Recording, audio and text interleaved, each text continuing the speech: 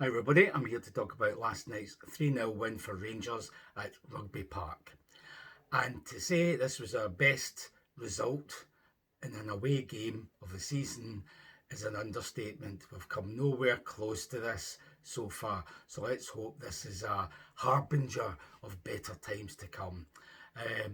Surprise in the team, although it wasn't really a surprise I suppose, was that Captain Heroic was dropped, although apparently he'd been ill for a couple of days. Nothing to do with the disgraceful performance in the previous game when he was subbed. And he wasn't that ill that he couldn't come on as a sub in this game. So let's hope that's just a face-saving excuse, because that guy shouldn't be in the team anyhow. And Aarons came in and was as good as he's normally been, I suppose. That's the best you can say. Actually, the team in general played decently. It wasn't a great game. It wasn't a great performance. Nobody was terrible. Nobody was brilliant. But all round, it was a decent effort. And if we did that 9 times out of 10 in games, we'd be quite happy, I suppose. The best guy overall was, yet again, Connor Barron. Worked his socks off, got stuck in, some nice passes. He made one mistake with a pass that could have led to a goal, but that's all I can remember him doing wrong. Jack Butland, I think it was 2-0 at the time. He made 2 saves within about a minute. Instinctive saves, so well done to him as well. So I would say the 2 of them were the best of the players. Rugby Park is a graveyard normally for us, so to win 3-0 and be 2-0 up with half an hour to go was more than any of us probably expected, so well done to the guys. I would say the defence was a bit better this time than usual. Giga actually wasn't too bad. Fernandez is getting better, I would say, with every game, so that is a bit more heartening to see the defence isn't as shaky as it has looked most of the time this season. Diomande, though, in midfield, that guy, I don't know how he gets a game really. That's the one mistake I would say the manager made in his initial lineup. I'd laugh when I saw in the papers recently, Ranger stars going to be missing in January for the African Cup of Nations. Giga, bomb scare Giga, and Diomande. Nobody's going to miss these 2 guys, especially Diomande. So that might be the break we need to get somebody else in there that plays consistently and plays better than this guy. He should have cost us a penalty at one point, tugging the guy's jersey as he was running into the box. He started outside the box. I think he still had his hand on his jersey when the guy fell inside the box. The only thing I can think that saved us was the fact the ball was away out in the wing, nowhere near the 2 of them. So I don't know if that makes any difference when you're 50 yards away from the ball or not. But anyhow, we got away with 1 there. So get rid of Diomande as soon as possible, because all he does is foul. Reckless tackles, stupid fouls, ridiculous yellows and red cards sometimes. But he never creates anything, never scores a goal. So he's a liability, so just get rid of him. So anyhow, decent enough performance. Killie's always difficult. We thought it might be more difficult before we even got to the 20-minute mark, when empty jersey by Rami had to go off with what looked like a hamstring injury. Now, isn't that typical? This is a guy who's like one of the better players in the last 2 or 3 games, and he goes off before 20 minutes have gone. I suppose you might say December, 8 o'clock, Saturday night at Rugby Park. It's not for everybody, is it? It's not for the faint-hearted. And normally you would have to examine Bayrami really carefully to see if he had a heart, never mind if it was faint or otherwise. So he was no great loss in a game like this.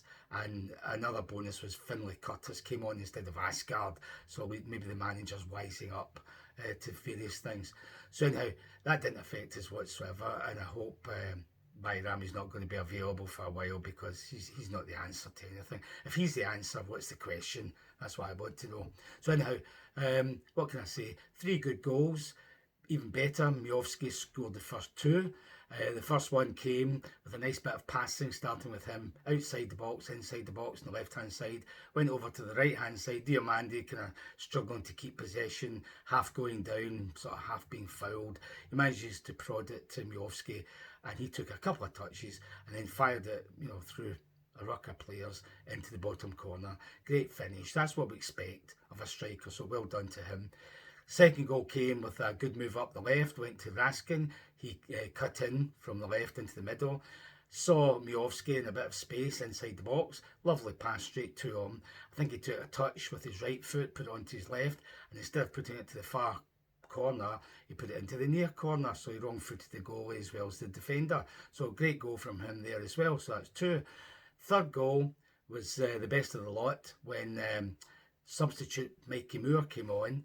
He got a pass, I don't know, about 20 yards outside their box, turned his man, ran forward, drove forward into the box, and then he dispatched a beautiful shot. It's like a pass into the net, into the corner of the net, low and accurate. So brilliant goal from him. So 3-0 up. We were in dreamland, obviously, knowing that. We did score another one. It should have stood. Mikey Moore again. Another great move and a fantastic finish. Mikey Moore chipped it into the net, past the goalkeeper from a really acute angle. So I don't think anybody expected it to go in, but he really made the most of it. And then, of course, VAR decides to get involved and chalk it off. And the commentary team are saying, well, it was that foul Fernandes did away back in his own half against some Killie guy. But no. Well, presumably the VAR team looked at that and thought, oh, we can hardly chalk it off for that. So anything else we can chalk it off for? Because the first tackle inside our half, Fernandes just shrugged the guy aside. It wasn't a foul. He strode forward, kept going into their half. He then passes it to Danilo out on the right wing, and he keeps running in a straight line, and the Killie guy from the left runs across him, and he gets his heels clicked, and down he goes. Danilo passes it to Mikey Moore, who then finishes it. So, first so-called foul, no, can't chalk it off for that. Oh, what about this one? Oh yeah, we can chalk it off for that.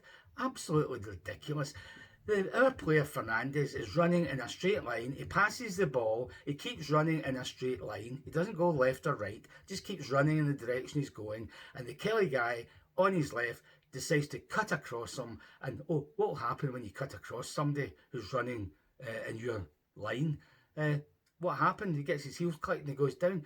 Absolutely shocking. All you have to then do now is run across somebody who's on the ball and you'll get a foul if you go down. It's just ridiculous. It's as if they're trying to find something to chalk it off. I mean, it didn't matter, but we should still be calling it out because that could have been nothing each and that would have been chalked off. Just ridiculous.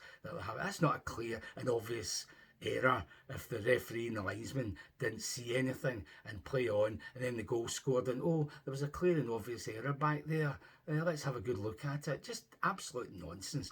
So we got away with a penalty probably at the other end, but to have that chalked off was just unbelievable. And I'm sure Willie Collum won't even have to come out and look at that one because all's well that ends well. Rangers actually won, so just shut up and suck it up. That's their attitude. So anyhow, 3-0, should have been 4. Comfortable win, decent performance, nothing great. We're still miles away from where we should be, and we need 2 or 3 players in January if we're going to even have a go at winning the Scottish Cup. Thankfully, we've got Annan at home in January, so we'll need 2 or 3 players to be bedded in by February when the next round takes place, because you could get somebody good and it could be a tough away venue. So we need 2 or 3 players in January. We need them up and running and being good players by February so that we can have a run at the Scottish Cup, and Hearts will fall away. I'm not worried about them. So let's hope we can be at least second in the league, win the cup. It'll be some consolation from a disaster of a season, especially the worst start in our history, the worst start I can remember, and I've been going for 65 years, remember. So that would be some salvation, I suppose. So well done for last night. I don't know what else to say about it. Rugby Park, not an easy venue, but we made it comfortable last night, so let's have more of that. Next game's a week on Monday. Oh no, well, next game's Ferencváros away. I'd take a draw there right now, but I can't see it. Anything but a defeat will boost our confidence, presumably. And then the next game after that is a week on Monday. Hibs at Ibrox, let's beat them. And then Hearts away, let's beat them. And we really will have a bit of momentum and maybe an increase in our morale and confidence.